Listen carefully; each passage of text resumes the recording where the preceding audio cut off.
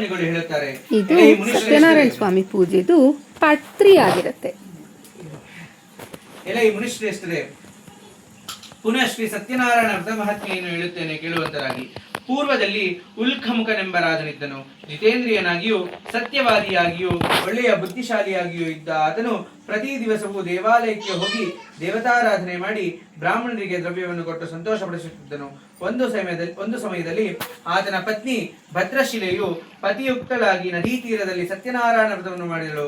ಆ ಸಮಯದಲ್ಲಿ ಅಲ್ಲಿಗೆ ಒಬ್ಬ ವರ್ತಕನು ವ್ಯಾಪಾರಿಗೋಸ್ಕರ ಬಹು ದ್ರವ್ಯಯುಕ್ತನಾಗಿ ಬಂದು ನಾವೆಯನ್ನು ದಡದಲ್ಲಿ ಬಿಟ್ಟು ರಾಜ ದರ್ಶನಾರ್ಥಕ್ಕಾಗಿ ಬಂದು ವ್ರತವನ್ನು ಮಾಡುತ್ತಿರುವ ರಾಜನನ್ನು ಕಂಡು ವಿನಯದಿಂದ ಕೈ ಮುಗಿದು, ಎಲೈ ರಾಜನೇ, ಭಕ್ತಿಯುತನಾಗಿ ಮನಃಶುದ್ಧಿಯಿಂದ ನೀನು ಮಾಡುತ್ತಲಿರುವುದು ಏನು?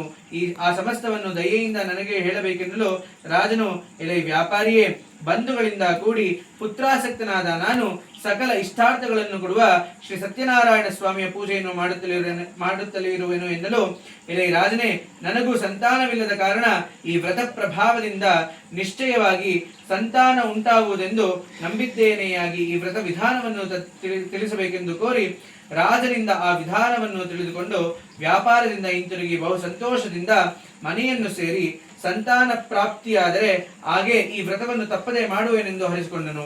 ಈಗಿರಲು ಒಂದು ದಿನ ಋತಸ್ಥಳಾಗಿ ಲೀಲಾವತಿಯು ಪತಿಯೊಡನೆ ಸಂತೋಷಗೊಂಡಿರಲು ಶ್ರೀ ಸತ್ಯನಾರಾಯಣ ಸ್ವಾಮಿಯ ಪ್ರಭಾವದಿಂದ ಆ ದಿನದಿಂದಲೇ ಗರ್ಭವನ್ನು ಧರಿಸಿ 10ನೇ ತಿಂಗಳಲ್ಲಿ ಪುತ್ರಿಕಾರತ್ನವನ್ನು ಪಡೆದಳು. ಶುಕ್ಲ ಪಕ್ಷದ ಚಂದ್ರೋನಪಾದಿಯಲ್ಲಿ ಆ ಕನ್ಯಾಮಣಿಯು ದಿನಕ್ಕೂ ವೃದ್ಧಿಯನ್ನು ಪಡೆಯುತ್ತಾ ಕಲಾವತಿ ಎಂದು ನಾಮಕರಣ ಮಾಡಲ್ಪಟ್ಟಳು. ಆಗ ಲೀಲಾವತಿ ತನ್ನ ಪತಿಯನ್ನು ಕುರಿತು, ಎಲೈ ಸ್ವಾಮಿಯೇ, ಪೂರ್ವದಲ್ಲಿ ಸಂಕಲ್ಪಿಸಿದ ವ್ರತವನ್ನು ಇನ್ನೂ ಏತಕ್ಕಾಗಿ ಮಾಡಲಿಲ್ಲ ಎನ್ನಲಾಗಿ ವರ್ತಕನು ಮಗಳ ವಿವಾಹ ಕಾಲದಲ್ಲಿ ಮಾಡುವೆನೆಂದು ಸತಿಯನ್ನು ಸಮಾಧಾನಪಡಿಸಿ ವ್ಯಾಪಾರಕ್ಕಾಗಿ ಹೊರಟು ಹೋದನು. ಕಲಾವತಿಯು ವಿವಾಹ ವಯಸ್ಕೊಳ್ಳಲಾಗಲು ಮಗಳನ್ನು ನೋಡಿ ತನ್ನ ಆಪ್ತರೊಡನೆ ಆಲೋಚಿಸಿ ಅವರ ಧರ್ಮ ಪದ್ಧತಿಯಂತೆ ಚಾರರನ್ನು ಕರೆದು ಜಾಗೃತಿಯಾಗಿ ಮಗಳ ವಿವಾಹಕ್ಕಾಗಿ ಅನುರೂಪವಾದ ವರನನ್ನು ಹುಡುಕೊಂಡು ಬರುವಂತೆ ಕಳುಹಿಸಿದನು. ಆ ರೀತಿ ಆಜ್ಞಾಪಿಸಲ್ಪಟ್ಟ ಚಾರರು ಹೊರಟು ಕಾಂಚನವೆಂಬ ಪಟ್ಟಣದ ಒಬ್ಬ ವರ್ತಕನ ಕುಮಾರನನ್ನು ಕರೆತಂದರು. ಗುಣಾಢ್ಯನಾಗಿಯೂ ಸುಂದರನಾಗಿಯೂ ಬಾಲನಾಗಿಯೂ ಇರುವ ಆ ವರ್ತಕನ ಕುಮಾರನಾದ ವರನನ್ನು ನೋಡಿ ಆನಂದ ಚಿತ್ತನಾಗಿ ವರನಿಗೆ ತಮ್ಮ ಮಗಳನ್ನು ಧಾರೆ ಎರೆದು ಕೊಟ್ಟರು. ಧನಮದದಿಂದ ಕೂಡಿದ ವರ್ತಕನು ವಿವಾಹ ಕಾಲದಲ್ಲೂ ವ್ರತವನ್ನು ಆಚರಿಸಲಿಲ್ಲ. ಇದರಿಂದ ಸ್ವಾಮಿಗೆ ಅವನಲ್ಲಿ ಕ್ರೋಧ ಉಂಟಾಯಿತು. ಆ ಬಳಿಕ ವ್ಯಾಪಾರದಲ್ಲಿ ಬುದ್ಧಿಶಾಲಿಯಾದ ಆ ವರ್ತಕನು ಕಾಲವಶದಿಂದಲೂ ಸ್ವಕರ್ಮವಶದಿಂದಲೂ ಪ್ರೇರೇಪಿಸಲ್ಪಟ್ಟು ಅಳಿಯನೊಂದುಗೂಡಿ ವ್ಯಾಪಾರಕ್ಕಾಗಿ ಜಾಗೃತೆಯಿಂದ ಹೊರಟು ಸಮುದ್ರ ದಡದಲ್ಲಿ ಮನೋಹರವಾದ ರತ್ನಸಾರವೆಂಬ ಪಟ್ಟಣದ ಬಳಿ ಶ್ರೀಮಂತನಾದ ಅಳಿಯನೊಡನೆ ವ್ಯಾಪಾರ ಮಾಡುತ್ತಿದ್ದನು. ಒಂದು ದಿನ ರಮಣೀಯವಾದ ಆ ಪಟ್ಟಣದ ಒಡೆಯನಾದ ಚಂದ್ರಕೇತುವೆಂಬ ರಾಜೇಂದ್ರನ ಗೃಹವನ್ನು ಕುರಿತು ಇವರಿಬ್ಬರು ಹೋಗುತ್ತಿರಲು ಆ ಕಾಲದಲ್ಲಿ ಮಾಡಿದ ಪ್ರತಿಜ್ಞೆಯನ್ನು ಮರೆತು ಆ ವರ್ತಕನನ್ನು ನೋಡಿ ಸತ್ಯನಾರಾಯಣ ಸ್ವಾಮಿಯು, ಎಲೈ, ನಿನಗೆ ಸಹಿಸಲು ಅಶಕ್ಯವಾದ ಬಹುದುಃಖ ಉಂಟಾಗಲಿ ಎಂದು ಶಾಪವನ್ನಿಟ್ಟನು. ಅದೇ ಸಮಯದಲ್ಲಿ ಕಳ್ಳರು ರಾಜದ್ರವ್ಯವನ್ನು ಅಪಹರಿಸಿ ಆ ವರ್ತಕರಿರುವ ಪ್ರದೇಶದ ಕಡೆಗೆ ಬರುತ್ತಿದ್ದರು. ಅಷ್ಟರಲ್ಲಿಯೇ ರಾಜಭಟರು ಕಳ್ಳರನ್ನು ಹುಡುಕುತ್ತಾ ಬರುತ್ತಿರುವುದನ್ನು ಆ ಚೋರರು ಕಂಡು ಅಲ್ಲಿಯೇ ದ್ರವ್ಯವನ್ನು ಬಿಟ್ಟು ಕಣ್ಣಿಗೆ ಕಾಣದೆ ಓಡಿ ಹೋದರು. ಆಗ ರಾಜಭಟರು ಈ ವರ್ತಕರ ಬಳಿಗೆ ಬಂದು ಅಲ್ಲಿ ರಾಜಧನವಿರುವುದನ್ನು ಕಂಡು ಇವರೇ ಚೋರರೆಂದು ಅವರಿಬ್ಬರನ್ನು ಹಗ್ಗಗಳಿಂದ ಕಟ್ಟಿ ಕಳ್ಳರು ಸಿಕ್ಕಿದ್ದಾರೆಂಬ ಸಂತೋಷದಿಂದ ಎಳೆಯುತ್ತಾ ರಾಜನ ಸಮೀಪಕ್ಕೆ ಕರೆತಂದು, ಪ್ರಭುವೇ, ದ್ರವ್ಯ ಸಮೇತರಾದ ಇಬ್ಬರ ಕಳ್ಳರನ್ನು ಬಂಧಿಸಿರುತ್ತೇವೆ, ವಿಚಾರಿಸಿ ಶಿಕ್ಷೆಯನ್ನು ಅಪ್ಪಣೆ ಕೊಡಿಸಬೇಕೆಂದು ಹೇಳಲು ಬಳಿಕ ವರ್ತಕರಿಬ್ಬರು ವಿಚಾರಣೆ ಇಲ್ಲದೇನೆ ರಾಜಾಜ್ಞೆಯಿಂದ ಹಗ್ಗಗಳಿಂದ ಕಟ್ಟಲ್ಪಟ್ಟು ಕಾರಾಗೃಹದಲ್ಲಿ ಇರಿಸಲ್ಪಟ್ಟರು. ಶ್ರೀ ಸತ್ಯನಾರಾಯಣ ಸ್ವಾಮಿಯ ಮಹಿಮೆಯಿಂದ ಇವರಾಡುವ ಮಾತುಗಳು ಯಾರಿಗೂ ಕೇಳಿಸುತ್ತಿರಲಿಲ್ಲ. ಚಂದ್ರಕೇತುವೆಂಬ ರಾಜನಿಂದ ಇವರಲ್ಲಿದ್ದ ಸಂಪತ್ತು ಗ್ರಹಿಸಲ್ಪಟ್ಟಿತು.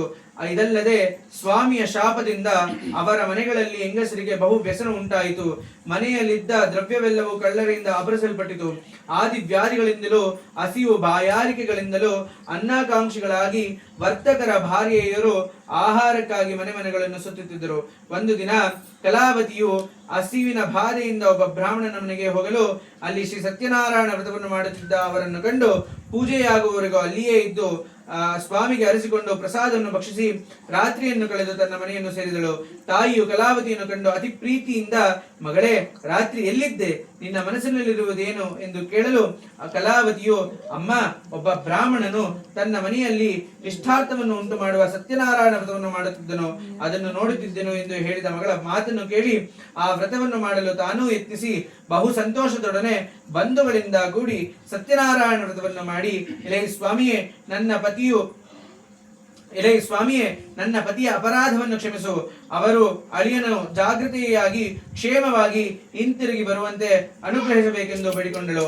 ಸಂತುಷ್ಟನಾದ ಸತ್ಯನಾರಾಯಣ ಸ್ವಾಮಿಯು ಚಂದ್ರಕೇತುವೆಂಬ ರಾಜನಿಗೆ ಸ್ವಪ್ನದಲ್ಲಿ ಕಾಣಿಸಿಕೊಂಡು, ರಾಜನೇ, ನಾಳೆ ಪ್ರಾತಃ ಕಾಲದಲ್ಲಿ ನಿನ್ನ ಬಂಧನದಲ್ಲಿರುವ ವರ್ತಕರು ನಿನ್ನಿಂದ ಗ್ರಹಿಸಲ್ಪಟ್ಟಿರುವ ಅವರ ದ್ರವ್ಯದೊಡನೆ ಬಿಡಲ್ಪಡಲಿ, ಇಲ್ಲದಿದ್ದರೆ ರಾಜ್ಯ, ಧನ, ಪುತ್ರ ಸಮೇತನಾದ ನಿನ್ನನ್ನು ನಾಶ ಮಾಡುತ್ತೇನೆಂದು ಹೇಳಿ ಅಂತರ್ಧನ ಹೊಂದನು.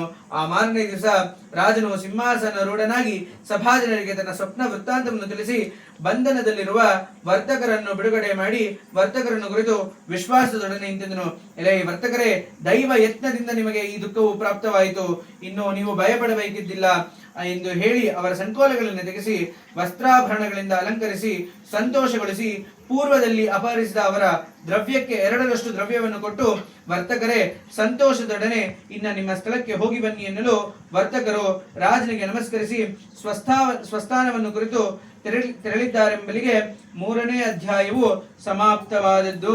ಶ್ರೀ ಲಕ್ಷ್ಮೀ ಸಮೇತ ಸತ್ಯನಾರಾಯಣ ಸ್ವಾಮಿ ನಮೋ ನಮಃ. ಪ್ರಾರ್ಥನಾನ್ ಸಮರ್ಪಯಾಮಿ. ನಮಸ್ಕಾರಾನ್ ಸಮರ್ಪಯಾಮಿ. ಅಥ ನೈಮಹೇ ವಾಸುದೇವಾಯ ಧೀಮಹಿ ತನ್ನೋ ವಿಷ್ಣು ಪ್ರಚೋದಯಾತ್. ಮಹಾಲಕ್ಷ್ಮೀ ಚ ವಿದ್ಮಹೇ ವಿಷ್ಣುಪತ್ನಿ ಚ ಧೀಮಹಿ ತನ್ನೋ ಲಕ್ಷ್ಮೀ ಪ್ರಚೋದಯಾತ್. ಮಂಗಳ ನೀರಾಜನ ದೀಪೋ ದರ್ಶಯಾಮಿ. ನೀರಾಜಾನಂತರಂ ಆಚಮನೀಯಂ ಸಮರ್ಪಯಾಮಿ. ಆಚಮನೀಯಾನಂತರಂ ಪರಿಮಳಪತ್ರ ಪುಷ್ಪಾಣಿ ಸಮರ್ಪಯಾಮಿ. ದೇವತಾ ರಕ್ಷಾನ್ ಧಾರಯಾಮಿ. ಸವಾನ್ ನಮಸ್ಕೃತ್ಯ ಶಿರಸಾ ಗೃಹ್ಣಾಮಿ. ಇಂದಿರಾರಮಣ ಗೋವಿಂದ ಗೋವಿಂದ. ಕಂಡು, ಋಷಿಗಳಿರ, ಆ ವೈಶ್ಯನು ಅಳಿಯನೊಡನೆ ಮಂಗಳ ಸ್ನಾನ ಮಾಡಿ ನಿತ್ಯ ಕರ್ಮಗಳನ್ನು ಪೂರೈಸಿ ಬ್ರಾಹ್ಮಣರಿಗೆ ದ್ರವ್ಯವನ್ನು ದಾನ ಮಾಡಿ ಸ್ವಗ್ರಾಮವನ್ನು ಕುರಿತು ತೆರಳಿದನು.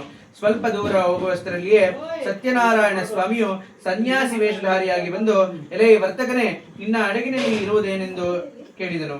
ಧನ ಮದದಿಂದ ವರ್ತಕರು ಈಹಾಳಿಸುತ್ತಾ ಹಾಸ್ಯದಿಂದ, ಸನ್ಯಾಸಿಯೇ, ನೀನು ಏತಕ್ಕೆ ಕೇಳುವೆ? ಹಣವಿರುವುದೆಂಬ ಭ್ರಾಂತಿಯಿಂದ ಅಪಹರಿಸಲು ಕೇಳುವೆಯಾ?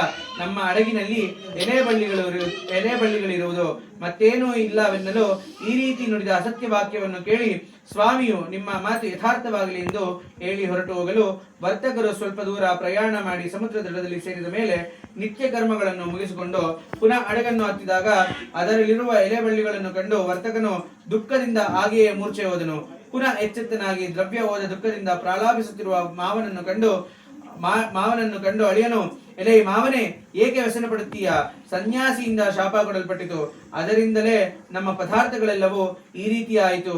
ಆತನಿಗೆ ನಾವು ಶರಣಾಗತರಾದಲ್ಲಿ ನಮ್ಮ ಕಷ್ಟ ಪರಿಹಾರ ಆಗುವುದೆಂದಲೂ ಅಳಿಯನ ಮಾತನ್ನು ಕೇಳಿ ಪುನಃ ಸನ್ಯಾಸಿ ಸಮೀಪಕ್ಕೆ ಹೋಗಿ ಭಕ್ತಿಯಿಂದ ನಮಸ್ಕಾರ ಮಾಡಿ ದೀನನಾಗಿ, ಯತಿಶ್ರೇಷ್ಠನೇ, ನಿನ್ನೊಡನೆ ಯಾವ ಅಸತ್ಯವು ನನ್ನಿಂದ ಹೇಳಲ್ಪಟ್ಟಿತೋ ಅಂತ ಅಪರಾಧವನ್ನು ಕ್ಷಮಿಸು ಎಂಬುದಾಗಿ ನಮಸ್ಕರಿಸಲು, ಆಗ ಯತಿಯು ದುಃಖಿಸುತ್ತಿರುವ ವರ್ತಕನನ್ನು ನೋಡಿ ಪ್ರಸನ್ನನಾಗಿ ನಿಜ ರೂಪ ತೋರಿ, ದುರ್ಬುದ್ಧಿಯೇ, ಈ ನನ್ನ ಮಾತನ್ನು ಕೇಳು, ದುಃಖಿಸಬೇಡ.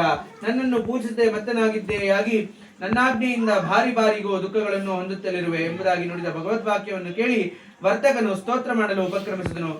ಸ್ವಾಮಿಯೇ, ಬ್ರಹ್ಮಾದಿ ಸಮಸ್ತ ದೇವತೆಗಳು ಕೂಡ ನಿನ್ನ ಆಶ್ಚರ್ಯಕರ ಗುಣಗಳನ್ನು ತಿಳಿಯದೆ ಮಾಯೆಯಿಂದ ಮೋಹಿತರಾಗಿರುವರಲ್ಲಿ ಮೂಢರಾದ ನಾವು ನಿನ್ನ ಸ್ವರೂಪವೇನೆಂದು ತಿಳಿಯಲು ಅಸಾಧ್ಯವು. ವಿಧಿಯುಕ್ತವಾಗಿ ನಿನ್ನ ಪೂಜೆಯನ್ನು ಖಂಡಿತವಾಗಿ ಮಾಡುವೆನು. ನಮ್ಮಲ್ಲಿ ಕರುಣಿಸು. ಪೂರ್ವದಲ್ಲಿ ನಮ್ಮಿಂದ ಮಾಡಲ್ಪಟ್ಟ ಅಪರಾಧವನ್ನು ಕ್ಷಮಿಸು. ನಮ್ಮನ್ನು ರಕ್ಷಿಸು ಎಂದು ಭಕ್ತಿಯಿಂದ ಪ್ರಾರ್ಥಿಸಲು ಸ್ವಾಮಿ ಅವರಿಗೆ ಅನೇಕ ವರಗಳನ್ನು ಪೂರ್ವಧನವನ್ನು ಅನುಗ್ರಹಿಸಿ ಅಂತರ್ಗತನಾದನು. ನಂತರ ವರ್ತಕರು ಹಡಗಿನಲ್ಲಿ ದ್ರವ್ಯವನ್ನು ತುಂಬಿರುವುದನ್ನು ಕಂಡು ಸತ್ಯನಾರಾಯಣ ಸ್ವಾಮಿಯ ದಯೆಯಿಂದ ತಮ್ಮ ಇಷ್ಟಾರ್ಥಗಳು ನೆರವೇರಿತೆಂದು ಸಜ್ಜನರಿಂದ ಕೂಡಿ ಯಥಾವಿಧಿಯಾಗಿ ಸ್ವಾಮಿಯನ್ನು ಪೂಜಿಸಿ ಆತನ ಅನುಗ್ರಹದಿಂದ ಸಂತೋಷಯುತರಾಗಿ ಸಕಲ ಸಂಭ್ರಾತುಗಳರೊಡನೆ ತಮ್ಮ ದೇಶದ ಸಮೀಪಕ್ಕೆ ಬಂದು ಅಳಿಯನನ್ನು ಕುರಿತು ರತ್ನಪುರವೆಂಬ ನಮ್ಮ ದೇಶವು ಸಿಕ್ಕಿತು ಎಂದು ಹೇಳಿ ತಮಾಗಮನದ ಸಮಾಚಾರವನ್ನು ಸೇವಕನ ಮೂಲಕ ಮನೆಗೆ ಕಳುಹಿಸಿದನು. ಆ ದೂತನು ಪಟ್ಟಣವನ್ನು ಪ್ರವೇಶಿಸಿ ವರ್ತಕನ ಮನೆಗೆ ಸೇರಿ, ಅಮ್ಮ, ಅಳಿಯನೊಡನೆ ನಿಮ್ಮ ಪತಿಯು ದ್ರವ್ಯಗಳಿಂದಲೂ ಬಂಧುಗಳಿಂದಲೂ ಕೂಡಿ ಈ ಪಟ್ಟಣದ ಬಳಿಗೆ ಬರುತ್ತಿದ್ದಾರೆಂಬ ಶುಭವಾರ್ತೆಯನ್ನು ತಿಳಿಸಲು ಪತಿವ್ರತೆಯಾದ ವರ್ತಕನು ಸತಿಯು ಸಂತೋಷದಿಂದ ಸತ್ಯನಾರಾಯಣ ಸ್ವಾಮಿಯನ್ನು ಪೂಜಿಸುತ್ತಿರುವ ಮಗಳನ್ನು ಕುರಿತು ಪತಿಗಳ ದರ್ಶನಾರ್ಥಕ್ಕಾಗಿ ಶೀಘ್ರವಾಗಿ ಹೊರಡೋಣ, ಸಿದ್ಧಳಾಗು ಎಂದು ಹೇಳಲು ತಾಯಿಯ ಮಾತನ್ನು ಕೇಳಿ ಕಲಾವತಿ ಮಾಡುತ್ತಿದ್ದ ವ್ರತವನ್ನು ಮುಗಿಸಿ ಪ್ರಸಾದ ಭಕ್ಷಿಸದೆ ಪತಿಯ ದರ್ಶನಾರ್ಥಕ್ಕಾಗಿ ತಾಯಿಯೊಡನೆ ತಿಳಿದಳು. ಇದರಿಂದ ಕೋಪಗೊಂಡ ಸತ್ಯನಾರಾಯಣ ಸ್ವಾಮಿಯು ಧನಯುಕ್ತವಾದ ಹಡಗಿನೊಂದಿಗೆ ಅವಳ ಪತಿಯನ್ನು ಜಲದಲ್ಲಿ ಮುಳುಗಿಸಿದನು. ಬಳಿಕ ಕಲಾವತಿಯು ಪತಿಯನ್ನು ಕಾಣದೆ ದುಃಖದಿಂದ ಅಳುತ್ತಾ ಭೂಮಿಯಲ್ಲಿ ಬಿದ್ದಳು. ತಾಯಿ ಲೀಲಾವತಿಯು ಮಗಳ ಅವಸ್ಥೆ ಕಂಡು ಅಳುತ್ತಾ ಪತಿಯೊಡನೆ ಅಡಗಿನೊಡನೆ ಇದ್ದ ಅಳಿಯನು ತಕ್ಷಣದಲ್ಲಿ ಹೇಗೆ ಮಾಯವಾದನು. ಇದೆಲ್ಲ ಅನಾಹುತವೋ ಸತ್ಯನಾರಾಯಣ ಸ್ವಾಮಿಯ ಮಹಾತ್ಮೆಯಿಂದ ಉಂಟಾಗಿದೆ. ಆತನ ಮಹತ್ವ ತಿಳಿಯಲು ಯಾರಿಗೆ ತಾನ ಶಕ್ಯವು ಎಂಬುದಾಗಿ ಹೇಳಿ ತನ್ನ ಮಗಳನ್ನು ಅಪ್ಪಿಕೊಂಡು ದುಃಖಿಸಿದಳು. ಪತಿಯನ್ನು ಕಳೆದುಕೊಂಡು ದುಃಖಿತಳಾಗಿ ಕಲಾವತಿಯು ತನ್ನ ಪತಿಯನ್ನು ನಷ್ಟವಾದ್ದರಿಂದ ವ್ಯಥೆಯಿಂದ ಪತಿಯ ಪಾದುಕೆಯನ್ನು ತೆಗೆದುಕೊಂಡು ಅದರೊಂದಿಗೆ ಸಹಗಮನ ಮಾಡಬೇಕೆಂದು ನಿಶ್ಚಯಿಸಿದಳು. ಮಗಳ ಕಷ್ಟವನ್ನು ನೋಡಿದವನಾಗಿ ಆ ವೈಶ್ಯನು ಆತನ ಪತ್ನಿಯು ಶೋಕದಿಂದ ಸಂತಾಪ್ತರಾಗಿ ಆಲೋಚನೆ ಮಾಡುತ್ತಾ, ಈ ಹಡಗು ಅದೃಶ್ಯವಾಗಿರುವುದು ಸತ್ಯನಾರಾಯಣನೇ ಮಾಡಿದ್ದಾನೆ, ಅಥವಾ ನಾನು ಸತ್ಯನಾರಾಯಣ ದೇವರ ಮಾಯಾಪಾಶದಿಂದ ಭ್ರಾಂತನಾಗಿರುವನೋ ಏನೋ, ಇದು ಯಾವುದು ತಿಳಿಯದು ಎಂದು ಯೋಚಿಸಿ ಎಲ್ಲರ ಸಮಕ್ಷದಲ್ಲಿ ನಾನು ಆಪದ್ಬಾಂಧವನಾದ ಸತ್ಯನಾರಾಯಣ ದೇವರ ಪೂಜೆ ಮಾಡುತ್ತೇನೆ, ಹೀಗೆ ಪ್ರಾರ್ಥನಾ ವಚನವನ್ನು ಹೇಳಿ ಸತ್ಯನಾರಾಯಣನಿಗೆ ಪುನಃ ಭೂಮಿಯ ಮೇಲೆ ದೀರ್ಘವಾಗಿ ನಮಸ್ಕಾರ ಮಾಡಿದನು. ಆಗ ದೀನಪಾಲಕನಾದ ಸತ್ಯನಾರಾಯಣನು ಸಂತುಷ್ಟನಾದನು. ತದನಂತರ ಭಕ್ತವತ್ಸಲನಾದ ಸತ್ಯನಾರಾಯಣ ಸ್ವಾಮಿ ಕೃಪೆಯಿಂದ ಆಕಾಶವಾಣಿ ನುಡಿದಿದ್ದೇನೆಂದರೆ, ಎಲೈ ವೈಶ್ಯನೇ, ನಿನ್ನ ಮಗಳು ಪ್ರಸಾದ ತ್ಯಾಗ ಮಾಡಿ ತನ್ನ ಪತಿಯನ್ನು ನೋಡಲು ಬಂದಿದ್ದರಿಂದ ಆಕೆಯ ಪತಿ ನಿಶ್ಚಯವಾಗಿ ಅದೃಶ್ಯನಾಗಿದ್ದಾನೆ. ಇದಕ್ಕೋಸ್ಕರ ಮನೆಗೆ ಹೋಗಿ ಸ್ವಲ್ಪವಾದರೂ ಪ್ರಸಾದ ಭಕ್ಷಣೆ ಮಾಡಿದ್ದರೆ ಪತಿಯನ್ನು ಹೊಂದುವಳೆಂದು ನುಡಿಯಲು ಆಕಾಶವಾಣಿ ವಾಕ್ಯವನ್ನು ಕೇಳಿದವಳಾಗಿ ಅತಿ ತ್ವರೆಗೆ ಹೋಗಿ ಪ್ರಸಾದ ಭಕ್ಷಣೆ ಮಾಡಿ ಹಿಂತಿರುಗಲು ಅಲ್ಲಿ ಪತಿಯನ್ನು ಕಂಡು ಕಲಾವತಿಯು ಆನಂದದಿಂದ, ಎಲೆ ತಂದೆಯೇ, ಈಗ ಮನೆಗೆ ಹೋಗೋಣ, ನಡೆಯಿರಿ, ವಿಳಂಬ ಏತಕ್ಕೆ ಮಾಡುತ್ತೀರಾ ಎನ್ನಲು ಮಗಳ ಮಾತಿನಿಂದ ವೈಶ್ಯನಿಗೆ ಬಹಳ ಸಂತೋಷ ಉಂಟಾಯಿತು. ಅನಂತರ ಯಥಾವಿಧಿಯಿಂದ ಶ್ರೀ ಸತ್ಯನಾರಾಯಣ ದೇವರ ಪೂಜೆ ಮಾಡಿದನು. ಮತ್ತು ಪ್ರತಿ ಮಾಸದಲ್ಲೂ ಪೌರ್ಣಿಮಾ ಸಂಕ್ರಾಂತಿ ಈ ವರ್ಷ ಕಾಲದಲ್ಲಿ ಶ್ರೀ ಸತ್ಯನಾರಾಯಣ ಸ್ವಾಮಿಯ ಪೂಜೆಯನ್ನು ಮಾಡುವಂತನಾದನು. ಆ ಪ್ರಕಾರ ಅವನು ವಿಧಿಯುಕ್ತ ಸತ್ಯನಾರಾಯಣ ವ್ರತಾಚರಣೆಯಿಂದ ಮರ್ತ್ಯಲೋಕದಲ್ಲಿ ಸಕಲ ಸುಖಗಳನ್ನು ಅನುಭವಿಸಿ ನಂತರ ಸತ್ಯಲೋಕ ಹೊಂದಿದ್ದಾನೆಂಬುದರಿಗೆ ಸೂತ ಪುರಾಣಿಕರು ಶೌನಕಾದಿ ಋಷಿಗಳಿಗೆ ನಿರೂಪಣೆ ಮಾಡಿದ್ದಾರೆಂಬಲಿಗೆ 4ನೇ ಅಧ್ಯಾಯವು ಸಮಾಪ್ತವು. ಶ್ರೀ ಲಕ್ಷ್ಮೀ ಸಮೇತ ಸತ್ಯನಾರಾಯಣ ಸ್ವಾಮಿನೇ ನಮೋ ನಮಃ. ನಮಸ್ಕಾರಾನ್ ಸಮರ್ಪಯಾಮಿ. ಅಥ ನೈವೇದ್ಯಂ. ಧ್ಯಾಯೇ ಸತ್ಯಂ ಗುಣಾತೀತಂ ಗುಣತ್ರಯ ಸಮನ್ವಿತಂ ಲೋಕನಾಥಂ ತ್ರಿಲೋಕೇಶಂ ಗೌಸ್ತವಾರಣಂ ಹರಿಂ ನೀಲವರ್ಣಂ ವೇದವಾಸಂ ಶ್ರೀವತ್ಸಮಣಿಭೂಷಿತಂ ಗೋವಿಂದಂ ಗೋಕುಲಾನಂದಂ ಬ್ರಹ್ಮಾದ್ಯೈರವಿಪೂಜಿತಂ. ಮಂಗಳನೀರಾಜನದೀಪೋ ದರ್ಶಯಾಮಿ. ನೀರಾಜಾನಂತರಂ ಹಾಚಮನೀಯಂ ಸಮರ್ಪಯಾಮಿ. ಹಾಚಮನೀಯಾನಂತರಂ ಪರಿಮಳಪತ್ರಪುಷ್ಪಾಣಿ ಸಮರ್ಪಯಾಮಿ. ದೇವತಾರಕ್ಷಾನ್ ಧಾರಯಾಮಿ. ನಮಸ್ಕರೋಮಿ. ಶಿರಸಾ ಗೃಹ್ಣಾಮಿ. ನಮಸ್ಕರೋಮಿ. ಇಂದಿರಾರಮಣ ಗೋವಿಂದ.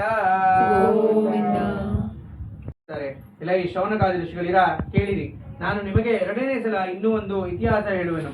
ಪೂರ್ವದಲ್ಲಿ ಅಂಗದ್ಭುತನೆಂಬ ರಾಜನು ಸತ್ಯನಾರಾಯಣ ಸ್ವಾಮಿಯ ವ್ರತದ ಪ್ರಸಾದ ತ್ಯಾಗ ಮಾಡಿದ್ದರಿಂದ ಅತಿಯಾದ ದುಃಖವನ್ನು ಹೊಂದಿದನು. ಆತನು ಒಂದು ದಿನ ಅರಣ್ಯದಲ್ಲಿ ಬೇಟೆಯಾಡುತ್ತಾ ಮೃಗಗಳನ್ನು ಸಂಹಾರ ಮಾಡಿ ತನ್ನ ನಗರ ಸಮೀಪವಾದ ಒಂದು ವಟವೃಕ್ಷದ ಸಮೀಪದಲ್ಲಿ ಬಂದು ನಿಲ್ಲುವನಾದನು.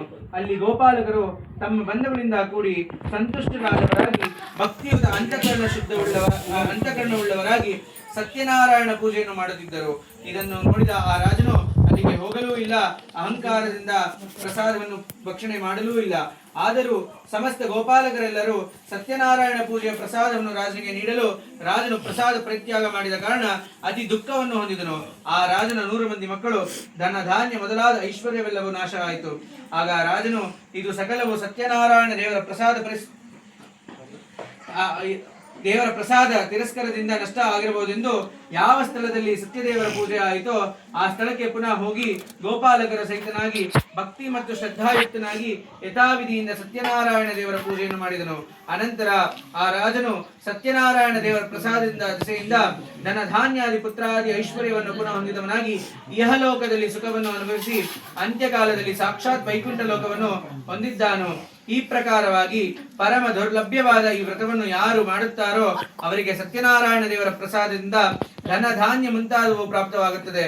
ಮತ್ತು ಯಾವನು ದರಿದ್ರನಾಗಿರುತ್ತಾನೋ ಅವನಿಗೆ ಧನ ಪ್ರಾಪ್ತಿಯಾಗುತ್ತದೆ. ಅವನ ಎಲ್ಲಾ ಕಷ್ಟಗಳಿಂದ ಮುಕ್ತನಾಗುತ್ತಾನೆ. ಯಾವ ಮನುಷ್ಯನು ಭೀತಿ ಹೊಂದಿರುತ್ತಾನೋ ಅವನು ಭಯದಿಂದ ಮುಕ್ತನಾಗುತ್ತಾನೆ. ಅವರುಗಳು ಇಹಲೋಕದಲ್ಲಿ ಸಂಪೂರ್ಣ ಸುಖವನ್ನು ಅನುಭವಿಸಿ ಅಂತ್ಯಕಾಲದಲ್ಲಿ ವೈಕುಂಠವನ್ನು ಹೊಂದುತ್ತಾರೆ. ಇದು ಸತ್ಯವಾದದ್ದು. ಮತ್ತೆ ಸೂತ ಮಹಾಮುನಿಗಳು ಹೇಳುತ್ತಾರೆ, ಎಲೈ ಶೌನಕಾದಿಗಳೇ, ಈ ಪ್ರಕಾರ ಸತ್ಯನಾರಾಯಣ ದೇವರ ವ್ರತವನ್ನು ನಾನು ನಿಮಗೆ ಕಥನ ಮಾಡಿಸುತ್ತೇನೆ. ಈ ವ್ರತವನ್ನು ಮಾಡಿದ್ದೇ ಆದರೆ ಮನುಷ್ಯರು ಸಂಪೂರ್ಣ ದುಃಖ ದೆಸೆಯಿಂದ ಸತ್ಯವಾಗಿ ಮುಕ್ತರಾಗುತ್ತಾರೆ. ಕಲಿಯುಗದಲ್ಲಿ ಸತ್ಯನಾರಾಯಣ ಪೂಜೆಯು ವಿಶೇಷವಾಗಿ ಕೋರಿದ ಫಲವನ್ನು ಕೊಡತಕ್ಕದ್ದು. ಶ್ರೀ ಸತ್ಯನಾರಾಯಣವನ್ನು ಈ ಸತ್ಯನಾರಾಯಣನನ್ನು ಕೆಲವರು ಕಾಲವೆಂದು ಹೇಳುತ್ತಾರೆ, ಇನ್ನು ಕೆಲವರು ಸತ್ಯದೇವರು ಎನ್ನುತ್ತಾರೆ. ಹೀಗೆ ನಾನಾ ಪ್ರಕಾರವಾದ ರೂಪಧಾರಣೆ ಮಾಡಿದ ಸಕಲ ಶ್ರದ್ಧಾ ಭಕ್ತಿಯುತರಾದ ಭಕ್ತರುಗಳಿಗೆ ಈಪ್ಸಿತ ಫಲಗಳನ್ನು ಕೊಡತಕ್ಕದ್ದು. ಹೀಗೆ ಸನಾತನಾದ ಭಗವಂತನು ಈ ಕಲಿಯುಗದಲ್ಲಿ ಸತ್ಯನಾರಾಯಣ ರೂಪವನ್ನು ಧರಿಸುತ್ತಾನೆಂದು ಸೂತರು ಹೇಳುತ್ತಾರೆ. ಮುನಿಗಳೇ, ಯಾರು ಈ ಸತ್ಯನಾರಾಯಣ ಸ್ವಾಮಿಯ ವ್ರತವನ್ನು ದಿನವೂ ಶ್ರವಣ ಮಾಡುತ್ತಾರೋ ಅಂದ್ರೆ ಕೇಳಿಸ್ಕೊಂತಾರೋ ಅಥವಾ ಪಠನ ಮಾಡುತ್ತಾರೋ ಅವರ ಸಮಸ್ತವಾದ ದುಃಖವು ಸತ್ಯದೇವರ ಪ್ರಸಾದದಿಂದ ನಾಶ ಹೊಂದುತ್ತದೆ, ಸುಖದಿಂದ ಇರುತ್ತಾರೆ. ಇದರಲ್ಲಿ ಸಂಶಯವಿಲ್ಲವೆಂಬುದಾಗಿ ಸೂತ ಪುರಾಣಿಕರು ಶೌನಕಾದಿ ಋಷಿಗಳಿಗೆ ಹೇಳಿದ್ದಾರೆಂಬಲಿಗೆ 5ನೇ ಅಧ್ಯಾಯವೂ ಸಮಾಪ್ತವು. ಶ್ರೀ ಲಕ್ಷ್ಮೀ ಸಮೇತ ಸತ್ಯನಾರಾಯಣ ಸ್ವಾಮಿನೇ ನಮೋ ನಮಃ. ಮಹಾಲಕ್ಷ್ಮೀ ಚ ವಿದ್ಮಹೇ ವಿಷ್ಣು ಪತ್ನಿ ಚ ಧೀಮಹಿ ತನ್ನೋ ಲಕ್ಷ್ಮೀ ಪ್ರಚೋದಯಾತ್. ನಾರಾಯಣಾಯ ವಿದ್ಮಹೇ ವಾಸುದೇವಾಯ ಧೀಮಹಿ ತನ್ನೋ ವಿಷ್ಣು ಪ್ರಚೋದಯಾತ್. ಲಕ್ಷ್ಮೀ ಸಮೇತ ಸತ್ಯನಾರಾಯಣ ಸ್ವಾಮಿನೇ ನಮೋ ನಮಃ. ನಮಸ್ಕಾರಾನ್ ಸಮರ್ಪಯಾಮಿ. ಸತ್ಯಂತವರ್ತೇನ ಪಚಿಂಚಯಾಮಿ. ಕಾಮಧೇನು ಸ್ಮರಾಮಿ. ಧೇನು ಮುದ್ರಾಂ ಪ್ರದರ್ಶ್ಯ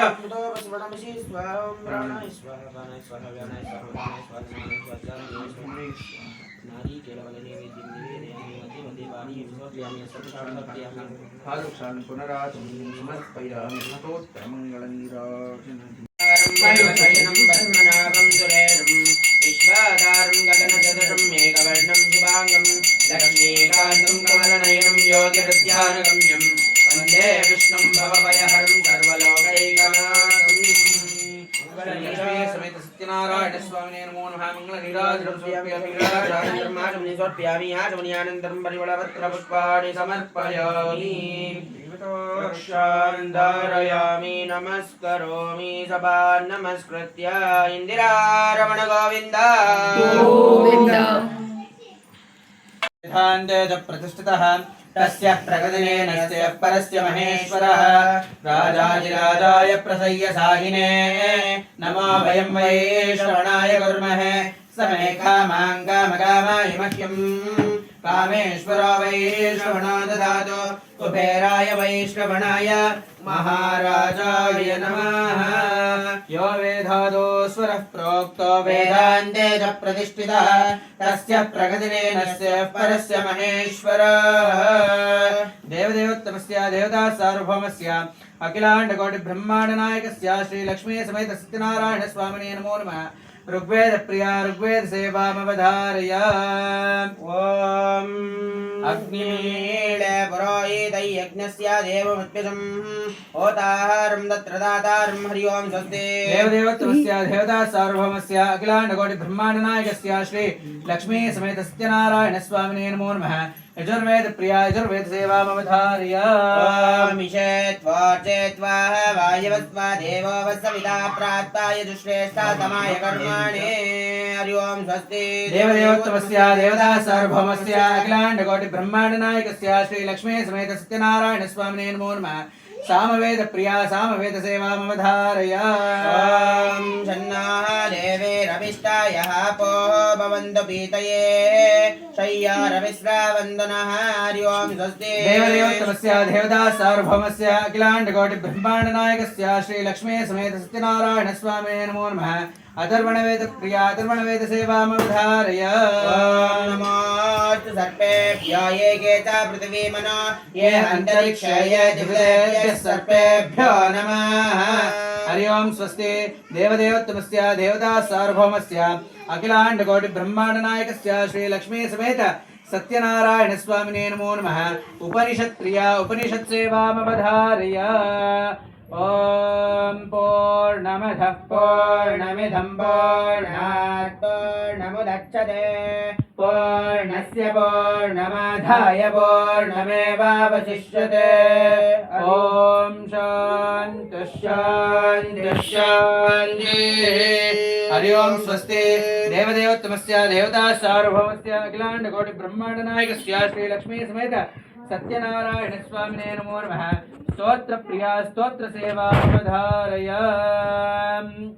ओम शान्ताकारं भुजगशयनं पद्मनाभं सुरेशं विश्वाधारं गगनसदृशं मेघवर्णं शुभाङ्गं लक्ष्मीकान्तं कमलनयनं योगिरुद्यानगम्यं वन्दे विष्णुं भवभयहरं सर्वलोकैकनाथं। हरि ओं स्वस्ति व्यासं वसिष्ठनप्तारं शक्तेत्पौत्रमकल्मषं पराशरात्मजं वन्दे शुकदातं तपोनिधिं व्यासाय विष्णुरूपाय व्यासरूपाय विष्णवे नमो वै ब्रह्मनिधये वासिष्ठाय नमो नमः। हरि ओं स्वस्ति देवदेवोत्तमस्य देवता सार्वभौमस्य अखिलाण्डकोटि ब्रह्माण्ड नायकस्य श्री लक्ष्मी समेत सत्यनारायण स्वामिने नमो नमः। संगीत प्रिया संगीत सेवामवधारय। याराद्ರೂ ಹಾಡು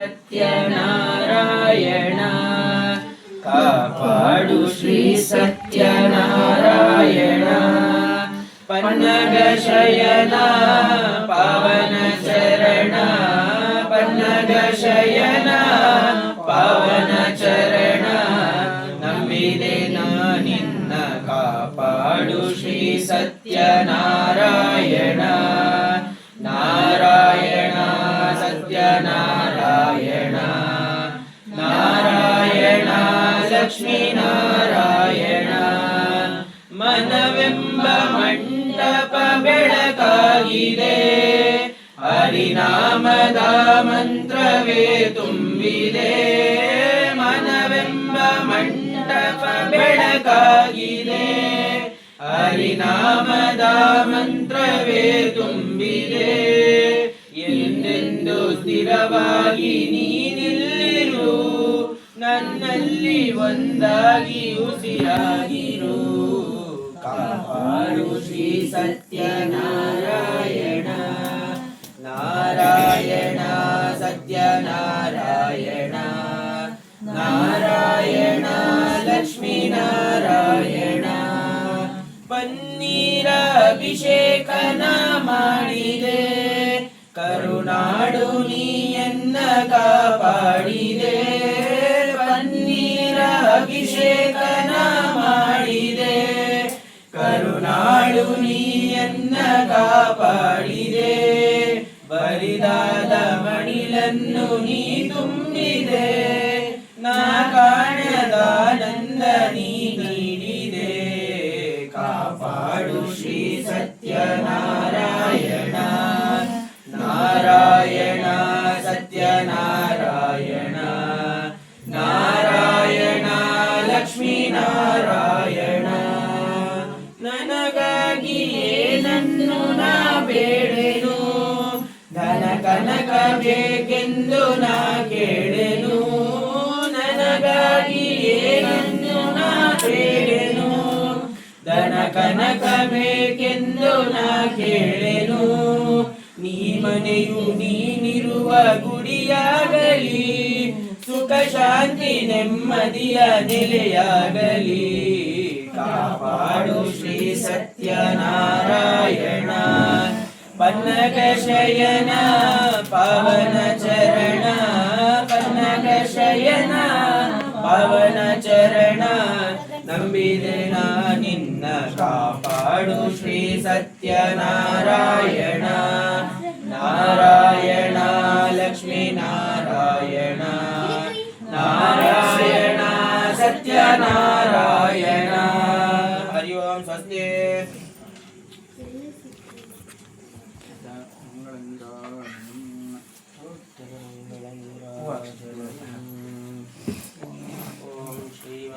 महालक्ष्मी समेत सत्यनारायण स्वामिने नमो नमः मनसाभीष्ट प्रार्थनान् समर्पयामि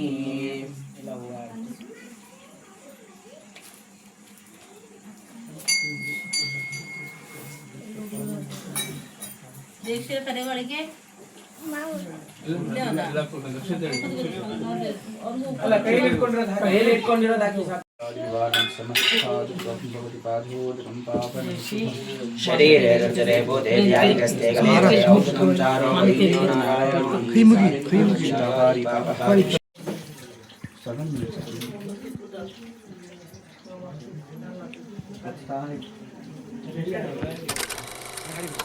ಫೈನಲಿ ದೇವರಿಗೆ ಆರತಿನೂ ಮಾಡಿ ಪೂಜೆ ಎಲ್ಲ ಕಂಪ್ಲೀಟ್ ಆಯಿತು. ಸೊ ನೆಕ್ಸ್ಟ್ ಇನ್ನೇನು ಪ್ರೋಗ್ರಾಮ್ ಊಟ ಅಲ್ವಾ? ಸೊ ಊಟನೂ ಕೂಡ ಭರ್ಜರಿಯಾಗಿ ಆಯಿತು. ಸೊ ಇಷ್ಟು ಸತ್ಯನಾರಾಯಣ ಸ್ವಾಮಿ ಪೂಜೆದು ನನ್ನ ಬ್ಲಾಗ್ ಆಗಿತ್ತು. ಸೊ ಇವತ್ತಿನ ವಿಡಿಯೋ ನಿಮಗೆಲ್ಲ ಇಷ್ಟ ಆಗಿದರೆ ನನ್ನ ಚಾನಲ್ಗೆ ಸಬ್ಸ್ಕ್ರೈಬ್ ಮಾಡ್ಕೊಳ್ಳೋದನ್ನು ಮರಿಬೇಡಿ. Thank you friends.